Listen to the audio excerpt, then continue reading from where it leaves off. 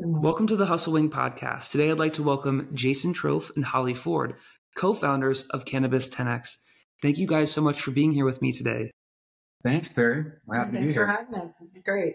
Yeah, I think this is the first cannabis company that we've spoken to, or company in the cannabis sector, I should say. And with that, what is Cannabis 10X? Sure. You want me to start? Okay. So we don't touch the plant. A lot of the time, that's some sort of a concern. We are closer to a business brokerage, a franchise brokerage. We come from a franchising industry, but Cannabis 10X has three divisions. The first division is franchising, where we found the best founders in the country that are vertically integrated, multi-state operators, and then transition them into franchisors. And then we use our in-house brokers to sell their franchise territories. So we train brokers and have 60 plus brokers in-house.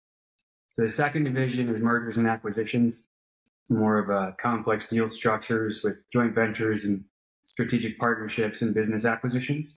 And then the third division is capital raising. So we have a network. We've hosted capital pitch events on other people's platforms and events.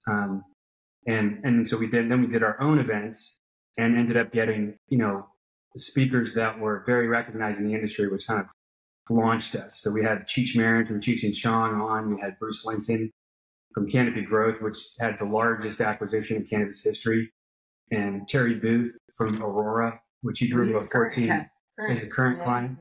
Yeah, he grew to a $14 billion market cap. So we got ourselves on the map there, and we're happy to talk to cannabis operators, brokers that want to get into the space, experienced business owners from outside the space who want to open businesses inside the space. Yeah, the only thing I'd add to that is we were the first to start franchising in the space. So we created an industry within a new industry.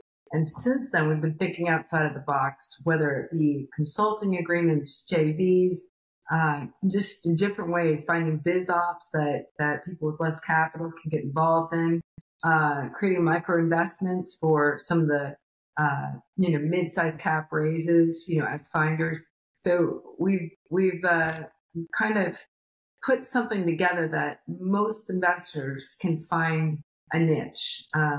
Now, what do we prefer? We love franchising, but we're really enjoying some of these larger joint ventures, some of the things that we're working on right now. It's more challenging. It's fun. But where we have almost 100 in-house brokers right now that are cannabis trained, and they're going after it. It's been an incredible last 4 months of this business. Yeah. It's interesting. You guys are really like full service, end to end, like really helping people kind of manage the life cycle. It's weird for me because my background's in software. However, I dabble in home brewing on the side, and I looked at acquiring a franchise, a certain ice cream franchise, which may or may not be my guilty pleasure. They may or may not be called Rita's. And going through that process, it's so confusing, and there's so much to navigate, and figuring out the ROI, and even with a franchisee, like getting help from the company, from corporate, it's still a lot to figure out. And so it's really cool that you guys are helping. You have different offerings for different people, and you can help people navigate this space. And it's really, really interesting. With that, I think that's a great segue for us to go into what challenges or what interesting projects, inspiring projects you guys have going on that you can share with us. Sure. I mean, name anything specifically. Okay. We have NDAs on a lot of stuff, but there's a really exciting stuff. So we have a really exciting deal that we're working on in a very, very limited license world. We have a social equity client that is brilliant. He's a really intelligent man. Has his ducks in a row. He's got a very coveted license and a very coveted location in New Jersey. The store down the road just did $84 million last year. His is going to do way more because it's on the border of New York, which I won't say anymore. But it's fantastic, and we came to us and we worked with them and talked with them and gave them some introductions to some of our franchisors to become their MSO, their multi-state operator, to help them to put it's like a management agreement. They come in and do the operations and get the thing going. Well, we negotiated that deal back, forth, and kind of pulled away some of the other groups he was working with. So it's very successful. And tomorrow, I think that deal will be sealed with one of our favorite MSOs. Should we say? Can we say it? I don't know if we can say it at this point. It's okay. But it's because there's going to be a lot of press on this one, and we'll get profits on the back end of this thing. So it'll be great to reinvest all of that, right back into this business. So yeah, really what's exciting about these is on there's limited license states, and that's where most of the larger acquisition teams go. The matured states, they call them saturated, which to us is a funny word to use for this space because we come from franchising, which is really saturated. There's 4,000 concepts at least, and 2,000 of them are food. And of those brands, McDonald's and Burger King are just two of them. So there's a lot. That's what I call saturated. And we can still do this in franchising. You can make it work there. So here, saturated, I mean, all the franchises in this industry, almost all of them came through us. We either developed them. So what we do when we do franchise development, the whole package here is our long game is exiting with, there's some inflection points that most expect. Federal legalization is going to come. Institutional capital will be allowed to enter the market. There'll be a bloodbath, but there'll be a buying spree. There will be a lot of trades. And mergers and acquisitions. Yeah. That's the unsung hero of our three parts. Capital raises, franchising and M&A. And M&A, he's 100% right. When that money opens up, we're expecting a flood of resales coming in, a flood of inventory, and they're not going to go one to one. We're going to pull them together, and large companies are likely going to pull them up. So if we can create these franchises at a massive level with a lot of clout behind them, they can be the ones that are acquiring. So we want to be that space for them. Yeah. So on the exits, so that franchise development leading to a private equity exit or an IPO is a common route to take, and this is what we're somewhat framing this around. And with the venture funds that come to us, they are 10 million plus. They go 10 to 100 million and then 100 million plus. And they look for acquisitions that are not single operators, mom and pop. They want a footprint, 10 to 20 or 50 stores on a metropolitan area with some brand recognition and some structure, some top-down management.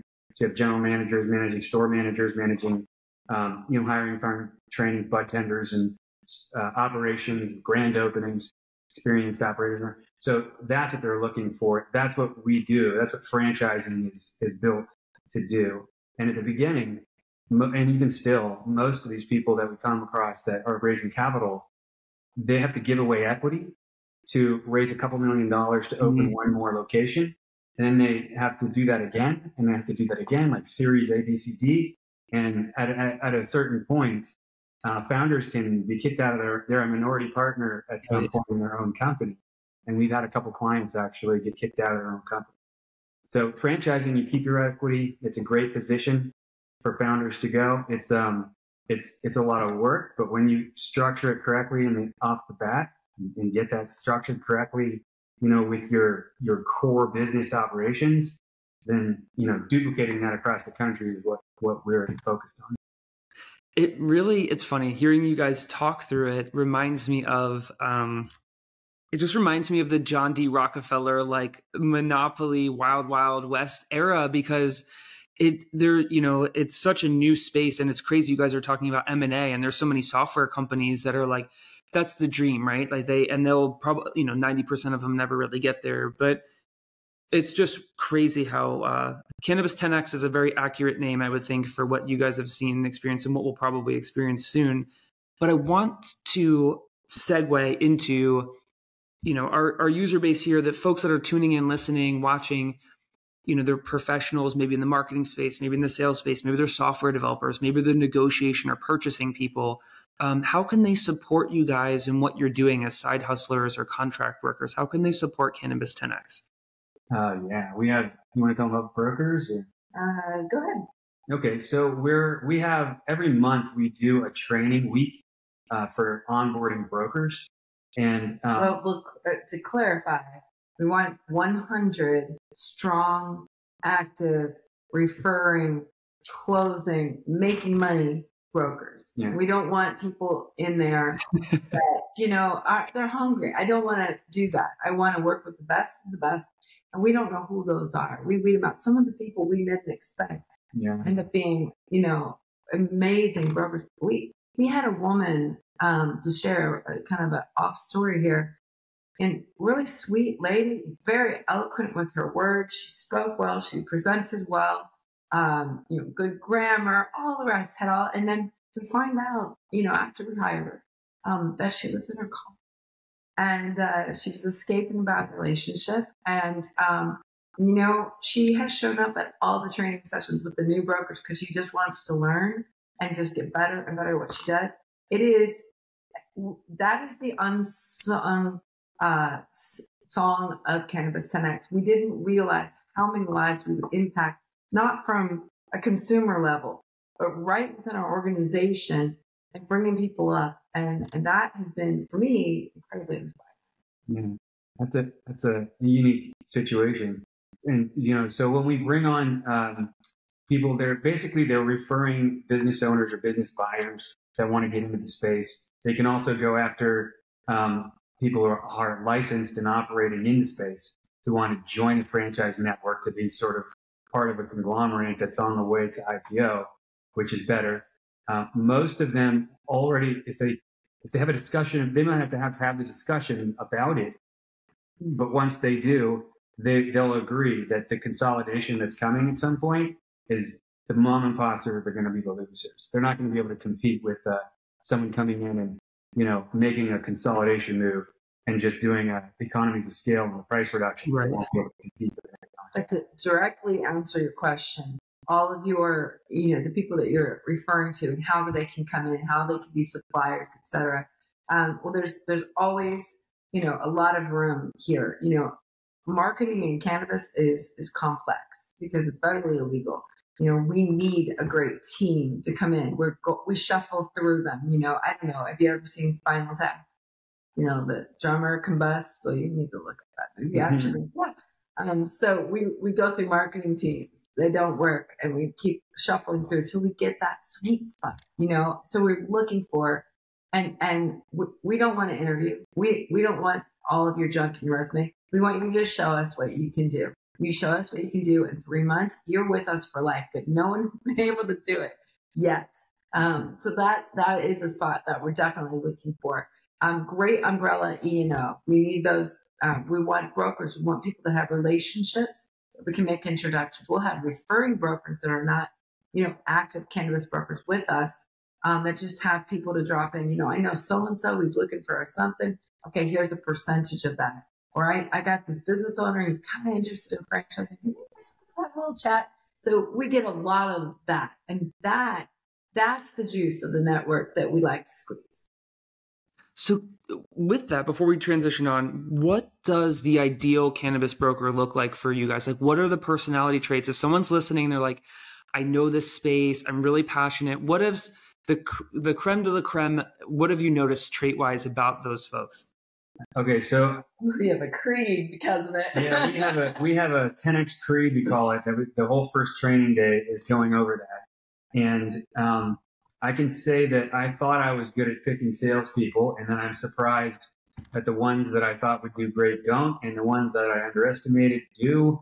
And I think it's a sales situation.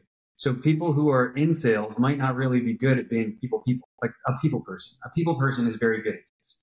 You're going to have a lot of conversations with a lot of people you don't yet know, and you have to be able to start a conversation with somebody you don't know, and you maintain the relationship. You have to get them excited about the idea, and that's not hard to do if you're excited about the idea. But if you're timid and trying not to, there's layers that we look for. And to be honest, I mean, what he said is 100%. You have to be able to sell. Duh. You can't sell. You shouldn't be looking. But unfortunately, with cannabis, there's a lot more to it. You need some intelligence. You need business relationship skills. And with Cannabis 10X, we don't just want anyone. We want people that can raise the bar so that we can be kind of a little light beacon for the investors that are coming in that are kind of afraid and tepid to enter the cannabis space. So with those wary buyers, if we have brokers that are giving them trust and they have their own level of authority with humility, of course, that will at least get the engagement. So that's a complicated person. And then you have to add to that a third layer, if you ask me, because we've had people hit those criteria and not make a lot of money. And then we've had others that hit this one, which I'm about to say, and that is absolute persistency and consistency. They follow through. They're always on all the training. They're on all the calls. They've got a pipeline always full, because what Joe Girardi, I think we missed that today in our sales training. He was considered the greatest salesman in the world. And he said, somebody says, what's your secret? He goes, I thought about this. He's like, my secret is, he's 6 times. And he said, I found the more doorbells I rang, the more money I made. And if that's not truth about sales, I don't know what is. So some of the people, I'd say there's 2 avatars. Call it Mike and Molly if you want to. We actually have Mike and Molly. That's funny. And they're partners. But, there's sort of like more of the introvert and the extrovert. They can both be great salespeople. And one would stay behind the computer screen, scrape data and lists, and go after these people on the phone, by email, by social DMs. Works great. I might fall more on that side. And then you have the social butterfly. She might fall more to that side. And what works really great for those people is like belly to belly, picking up the phone and calling people. They tend to have a lot of people in their database that they could just call on like just have a conversation real easy. They know a lot of people already all the time.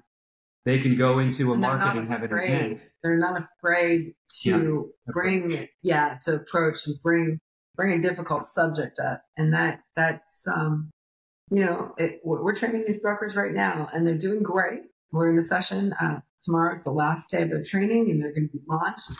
And, it's interesting. Some of them are just brilliant. They have the right questions. They're right on, answering. They're full on. They're wearing a suit or a dress shirt.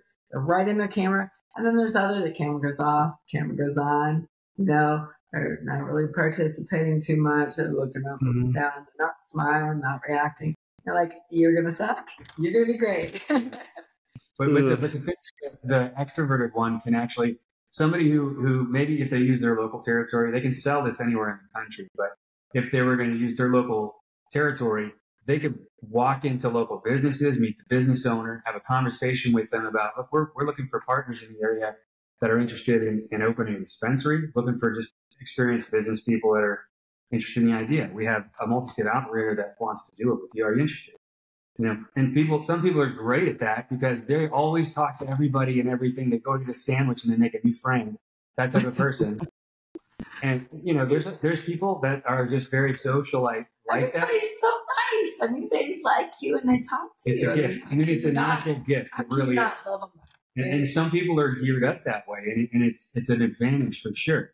And then other people, it still works great, but you're doing most of it behind a computer screen. And, you're like, when I did this, scraped data, got compiled lists, but don't went through phone dials. It is a relationship business. Absolutely. It is not, It's not a quick transaction. You're not selling shoes. You got to get to know somebody. You have to let them feel confident that you know what you're doing, that you care about them, that you're answering their questions, that you're there to serve them, not to be served. And once you get that little tete-a-tete in the beginning established, but you still have to be, authority figure and have that knowledge.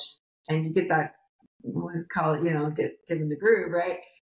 When you get in the pocket there, it's gonna flow, and you'll get them down to the finish line.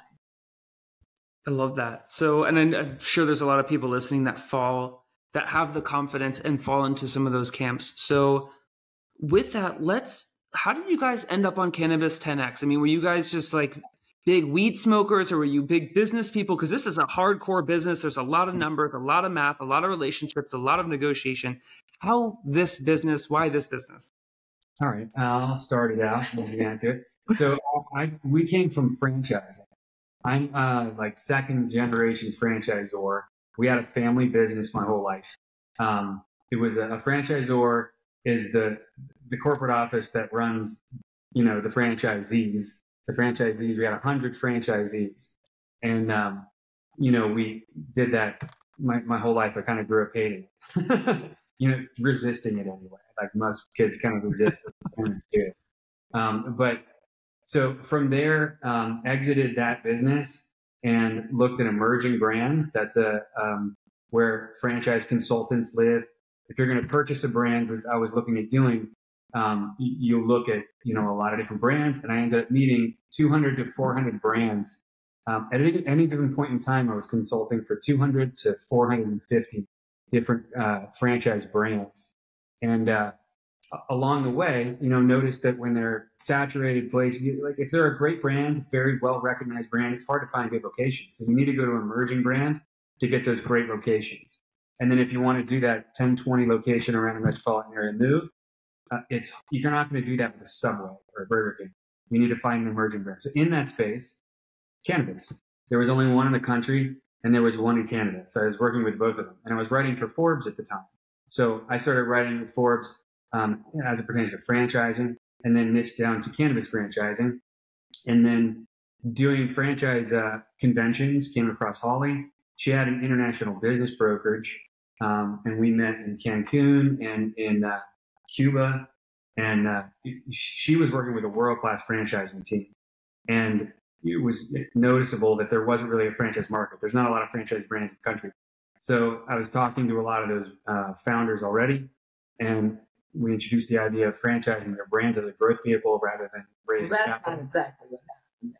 What? We were looking for franchises, and we didn't think we were going to find any. We were working with some of the existing ones, and we went after Canada and all sorts of things.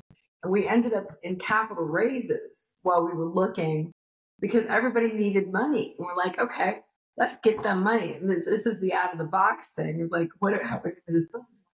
Get them money. If we don't get them money, they're not going to be able to pay the fee to get franchised. We don't have a product to sell. And so we became finders in the capital raise arena. And then we started doing events. So this has been a spiraling road. Yeah. We were trying to go into franchising, but it didn't go that direction. It curved off to the side for a couple of years, and we were raising capital. We did capital pitch events that we hosted ourselves. We hosted them for story. I didn't mean to interrupt. I just wanted to add that. We hosted the capital pitch events for other events, like we were in Benzinga Cannabis Capital Conference and CBD Expo and MJ BizCon and just the larger events. And then we steered right into the investor sector of the whole thing rather than the consumer side, and started working with the larger operators to help them find capital, because that was what they needed. We filled a need rather than going the direction that we were good at. We just filled it. Right, and then we backfilled and became pretty good at that. And now it's interesting because those two pieces are perfectly aligned, because we get clients that come in that don't have $1 million to get up a dispensary, or even $400,000 on the low end. They've got $250,000. So now, you can invest in Aurora Cannabis, or you can invest. It's a different name now. But there's a lot of ways that these gentlemen and ladies can come in as micro investors. So it's really actually, and then you've got the raises on both sides. It's been it's interesting to watch how the path has created what's here. Yeah.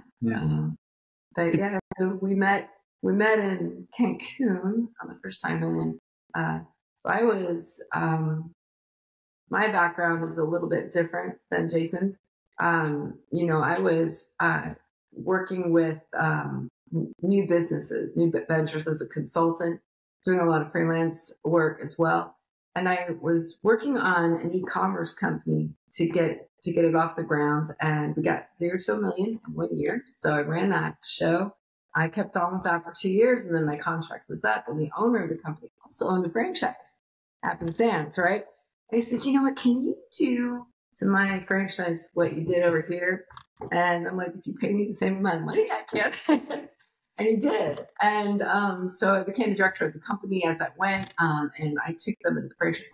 I mean, I'm kind of bragging, but, it was hard work that got me there. And I sold more franchises in the first year myself because I had to figure out how it was done. If you can hire a sales team, then they sold in the last 10 years combined. So I was like, okay, I can do this. Now what? So I built that, got it up, got them strong, became a director of the company. Then was pursued to do franchise resales for another company. And they offered me a very nice hefty salary, but I was actually making more in commission by selling so many. You can make $30,000 in commission, just so you know, if you want to do this with us. But so we went to the next step, and I said, why don't I just do it myself? So I started my company, which Jason referred to earlier. And then, just was writing and doing podcasts, with other people as being interviewed and things. It was a lot of fun for my book. It's only here because we were teaching it in Berkeley, so I wasn't trying to show you that. But it was a lot of fun. I was doing these 2-minute podcasts and just really opening up the world of franchise resales and franchising in general.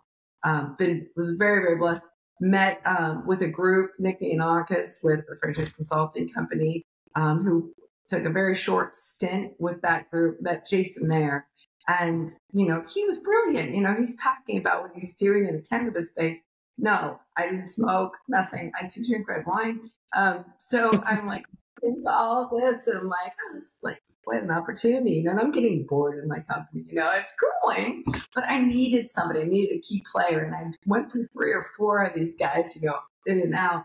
And I'm like, this is what my wheels are going, oh, he's perfect. He could do this. He's smart, and he's thinking, we can lay this, do this, and he won. So we brought mine over to his, and, haven't looked back since. So. And the team she brought, she's being more humble than I think she should. She brought a team into this that were able to apply to franchising, that has franchised 2,000 concepts, sits on the board for Sparrows and Five Guys, did operations for 7-Eleven, Panda Express, Haagen-Dazs.